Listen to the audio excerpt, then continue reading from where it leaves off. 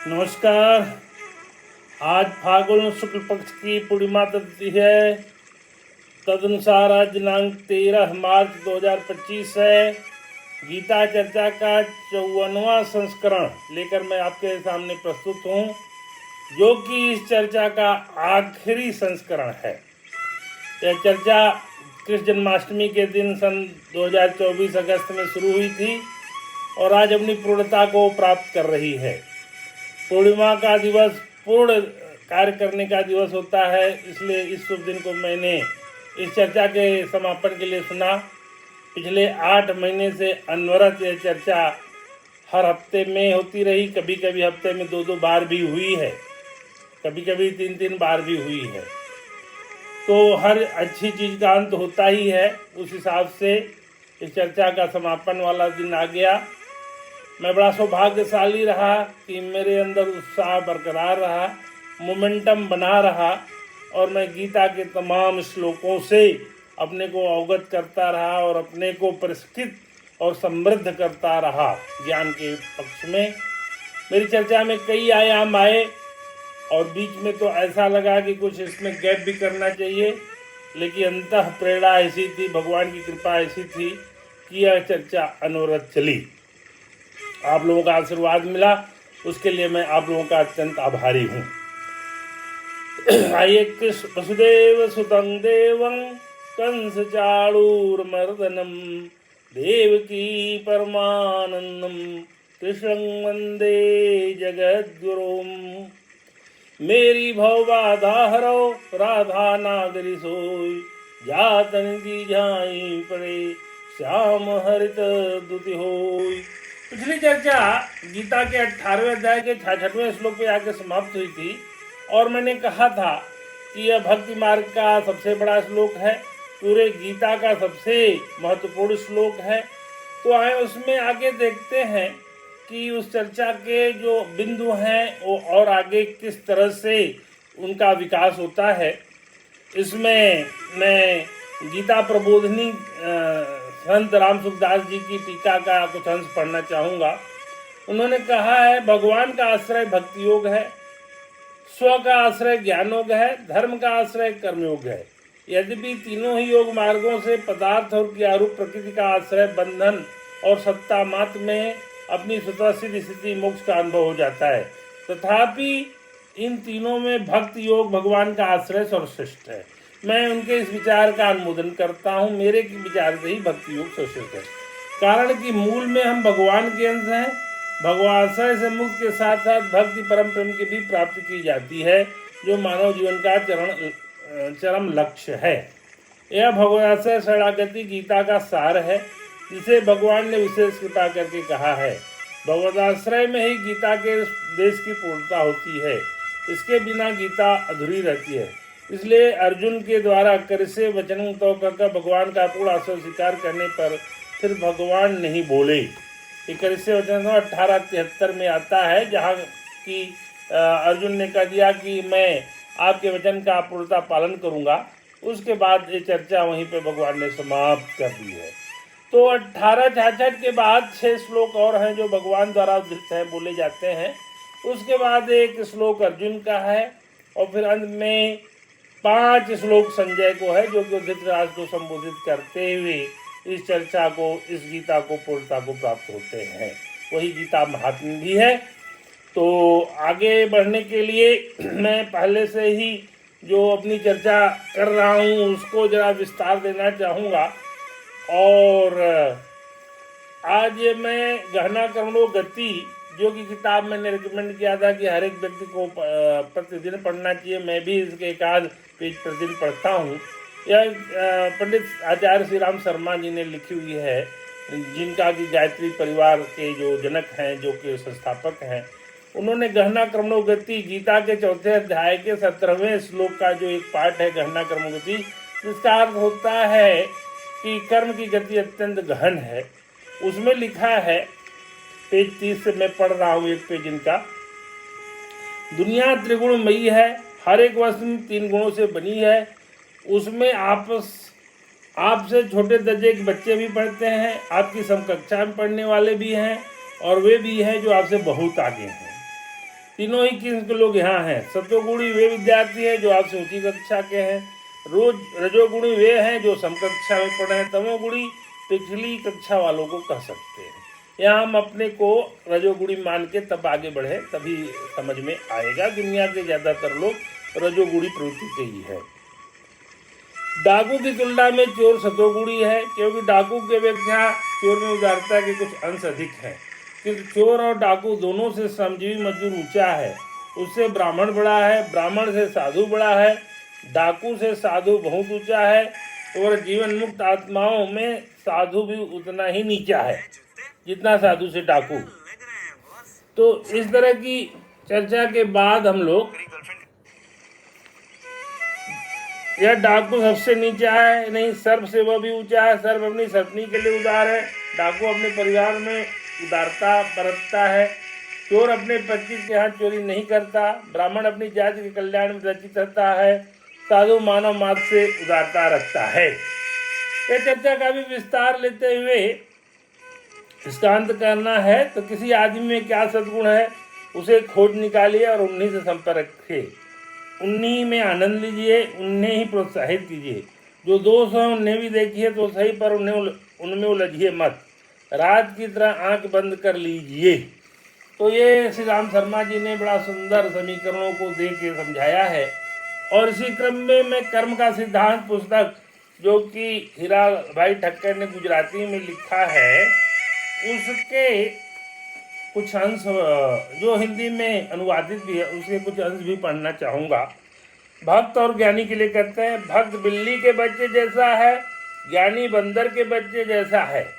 जैसे मार्जरी भाव बिल्ली के बच्चे वाला है और मरकटी भाव बंदर के बच्चे जैसा है।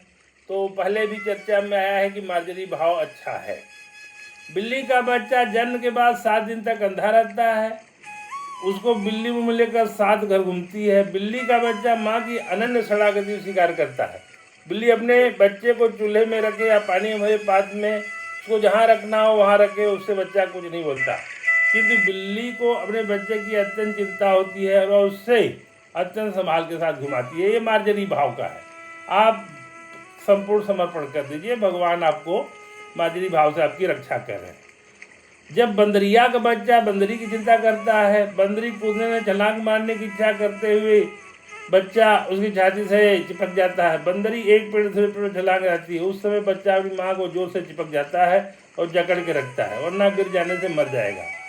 तो मार्जरी भाव में जीव को भगवान पकड़े हैं और मरकटी भाव में जीव भगवान को पकड़ता है। तो उसमें दोनों में वो कहते हैं कि मार्जरी भाव वो भक्ति योग है और मरकटी भाव ज्ञान योग है। तो इस दोनों में कहते हुए आगे उसकी समीक्षा में कहते हैं, पूर्णता में गोस्वामी जी भगवान के शब्दों में कहते हैं, मोरे प्रौढ़ तनय समज्ञानी। ज्ञानी मेरा बड़ा लड़का है जबकि भक्त मेरा छोटा बालक है। ज्ञानी भगवान का ध्यान करता है जब भगवान भक्त का ध्यान करता है। फिर दोनों के ऊपर समान क्रिया समान कृपा भगवान की बनी रहती है। तो इतने सारे उदाहरण के बाद ये स्पष्ट हो गया कि मार्जरी भाव बेटर है, बढ़िया है, जो कि भक्ति योग है। मरकटी भाव ज्ञान योग है। दोनों में अलग अलग ढंग से भगवान की कृपा रहती है और दोनों भगवान की कृपा के पात्र ही रहते हैं। अब इस चर्चा में 1866 के आगे की चर्चा अब शुरू किया जाए, जो कि इस तरह से है। 67 में 6 श्लोक भगवान के हैं, जो कि अर्जुन से कहते हैं, इदं ते ना तपस्काय ना भवक्ताय कदाचित ना सुसुते वाचं न च मां ओ विसूयति। यह सर्वगुहितम वचन तुझे अतपस्वी को नहीं कहना चाहिए, अभक्त को नहीं कहना चाहिए, जो सुनना नहीं चाहता उसको नहीं कहना चाहिए, और जो मुझ में दोष दृष्टि करता उसको भी नहीं कहना चाहिए। भगवान ने सारे कंडीशन बना करके अर्जुन को समझाए और कहा कि मेरी चर्चा अपात्र को मत करना, अभक्त को नहीं करना, जो दोष दृष्टि मेरे में रखता है उसको नहीं करना। ये भगवान ने अर्जुन को बड़ा समझा के कहा। तो उसी हिसाब से हम अपनी चर्चा जो कर रहे हैं, तो हम मान के चल रहे हैं कि अपात्र और ये लोग हमको नहीं ही सुन रहे होंगे। आगे 68 में भगवान कहते हैं य इमं परमं गुह्यं मद्भक्तेषु अभिधास्यति भक्तिं मयि परां कृत्वा माम एव सति अंशसया। भगवान ने 68 में कहा है मुझ में पराभक्ति करके जो इस परम गोपनीय संवाद गीता ग्रंथों को मेरे भक्तों में कहेगा वह मुझे ही प्राप्त होगा, इसमें कोई संदेह नहीं है। भगवान ने कहा मेरे इस गीता ज्ञान को जो भक्तों में कहेगा वो मेरे को ही प्राप्त होगा, इसमें कोई संदेह नहीं है। अतः इस को दिल में धारण करके हम लोग भगवान की बातों को उनके भक्तों में प्रचारित प्रसारित करें। आगे 69 में न च तस्मात् मनुष्येषु कश्चित् मे प्रियकृतम भविता न च मे तस्मात् अन्य प्रेतर भुवि। 69वें श्लोक में भगवान कहते हैं उसके समान मेरा अत्यंत प्रिय कार्य करने वाला मनुष्य में कोई दूसरा नहीं है और इस भूमंडल पर उसके समान मेरा दूसरा कोई प्रेतर होगा ही नहीं।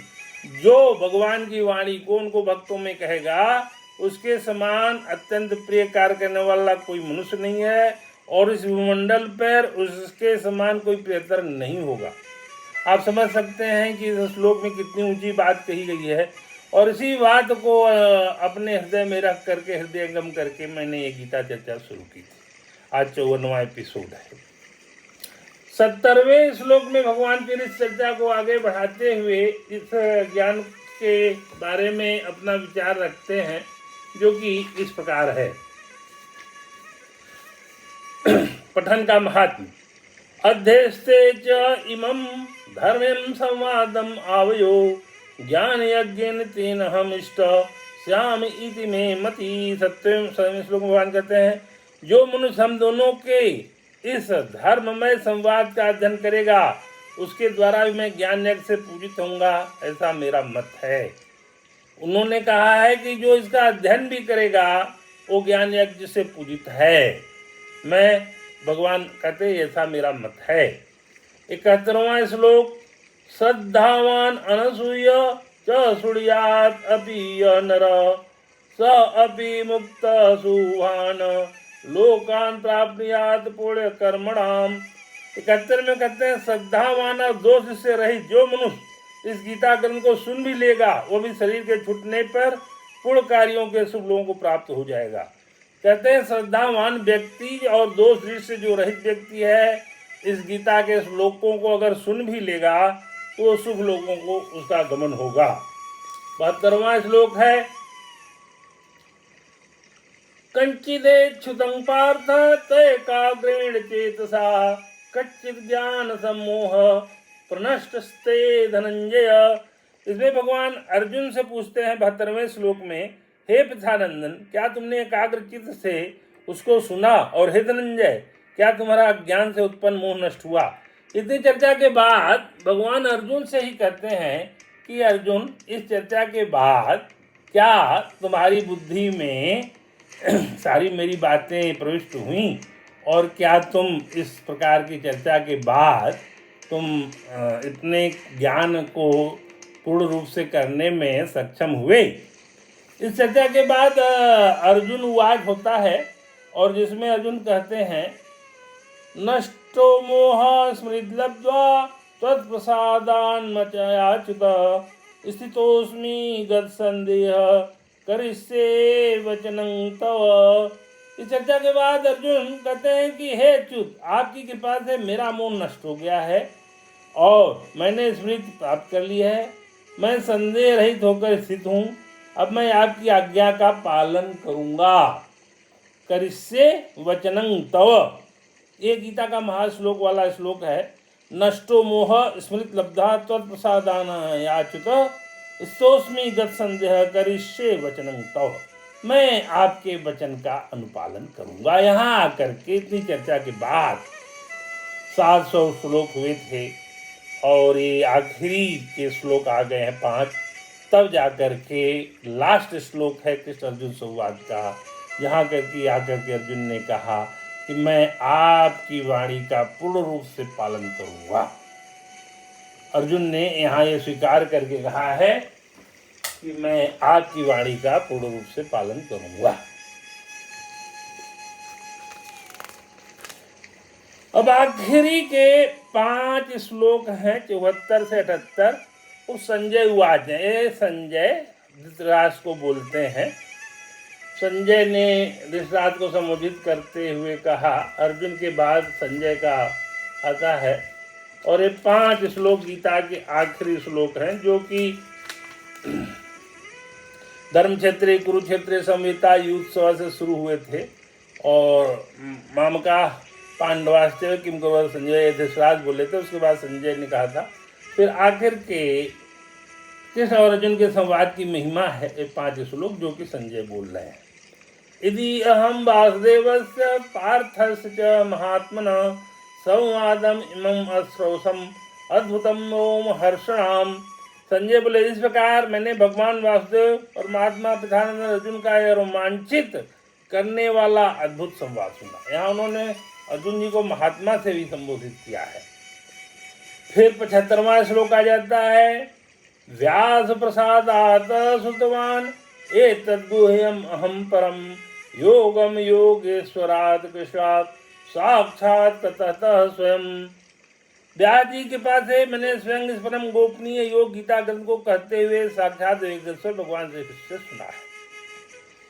वस्तुतः कृष्ण अर्जुन संवाद तो युद्ध क्षेत्र में हो रहा है और दिव्य दृष्टि को प्राप्त संजय उसको महल में, हस्तिनापुर के महल में, राजभवन में धृतराष्ट्र को सुना रहे हैं। तो यही 4 पात्र इसको प्रत्यक्ष और अप्रत्यक्ष से देख सुन रहे हैं। एकमात्र जो अप्रत्यक्ष रूप से विराजमान थे अर्जुन के रथ पर, ध्वजा पर, वो भगवान हनुमान थे जो कि गीता के सबसे पहले श्रोता थे।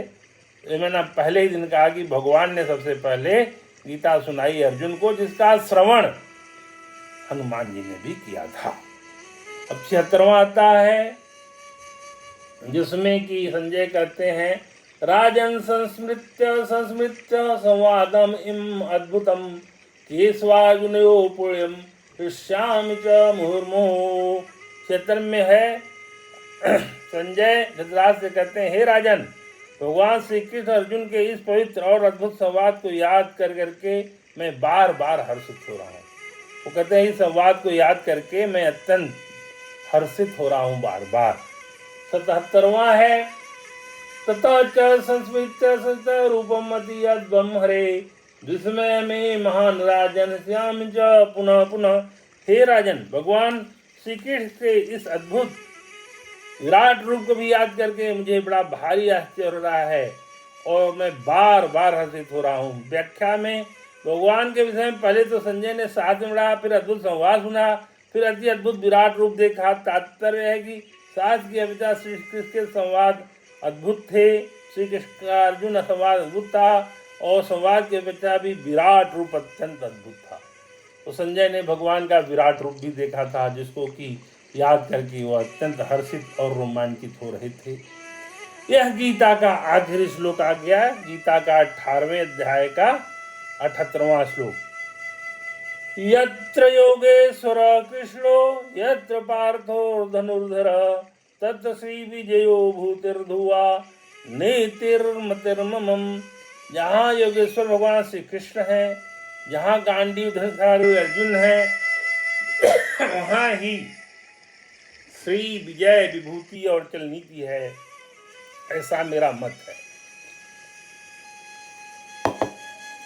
अभी युद्ध प्रारंभ नहीं हुआ है, युद्ध होने जा रहा है। और वहीं पे संजय ने धृतराष्ट्र के सामने ही बोल दिया कि जहाँ कृष्ण हैं, जहाँ अर्जुन हैं, वहीं ही श्री विजय विभूति और अचल है, ऐसा मेरा मत है। ऐसा उन्होंने धृतराष्ट्र के सामने ही कह दिया था संजय ने। अभी युद्ध शुरू होने वाला है, युद्ध की प्रगति बाकी है।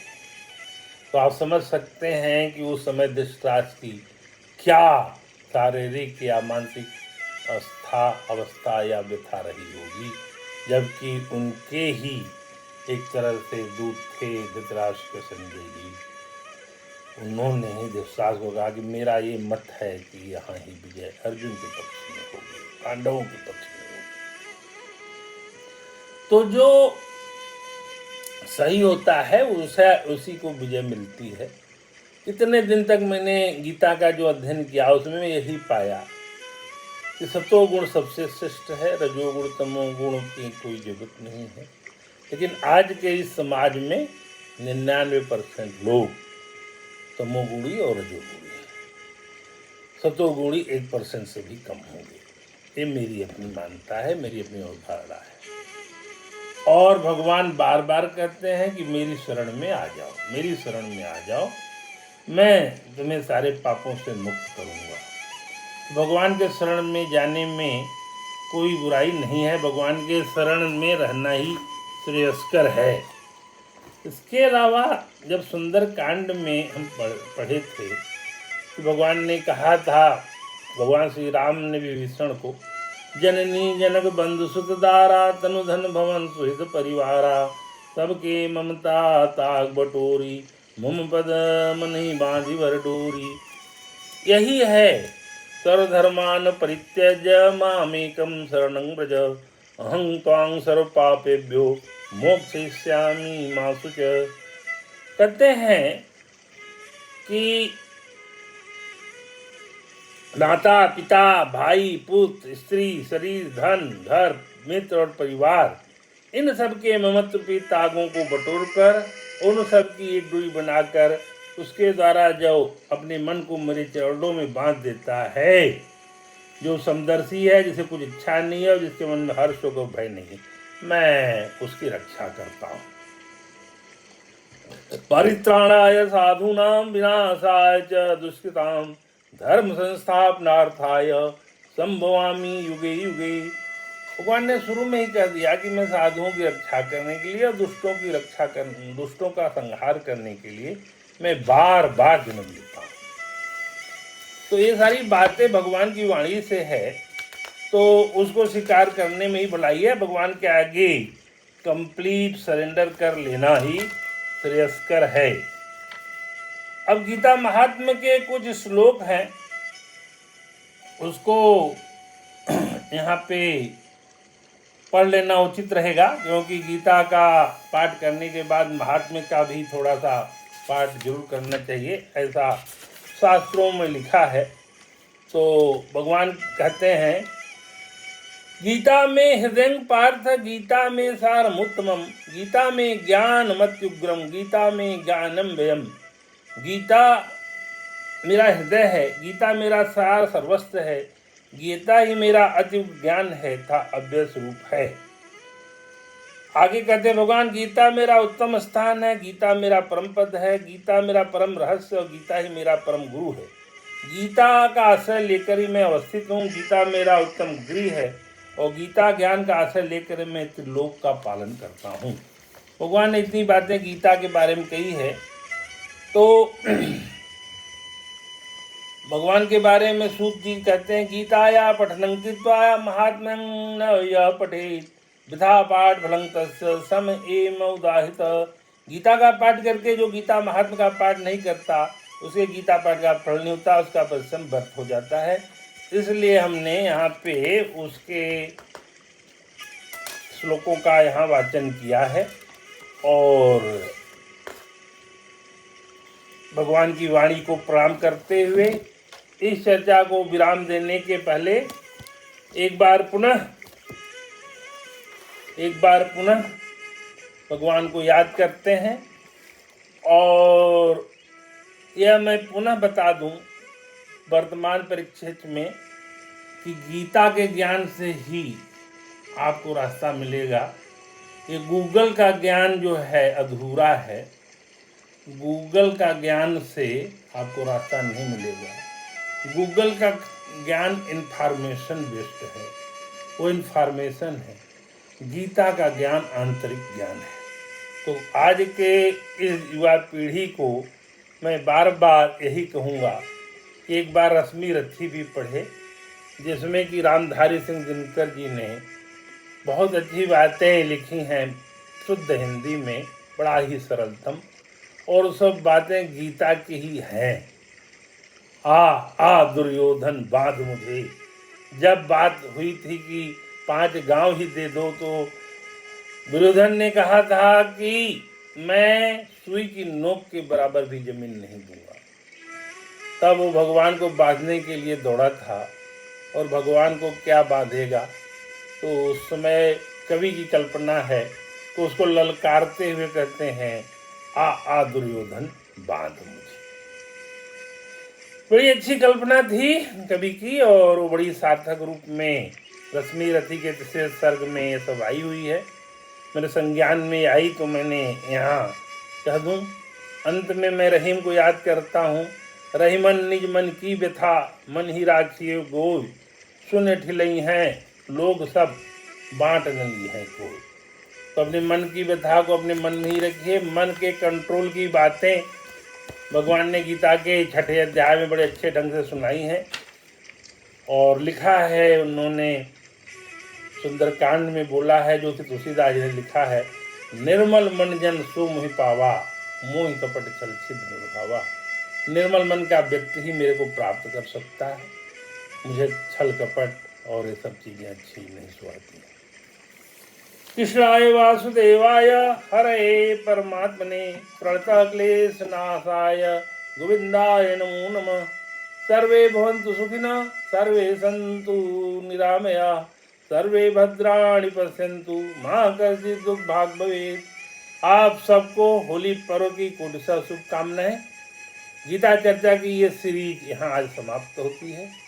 अब पुनः मिलेंगे नए टॉपिक पे, लेकिन गीता की चर्चा अब यहाँ समाप्त होती है। आगे अगर कुछ और बनेगा तो उसके बारे में मैं पुनः प्रस्तुत होऊंगा, लेकिन गीता की जो चर्चा की जो सीरीज थी वो आज यहाँ समाप्त होती है। नमस्कार।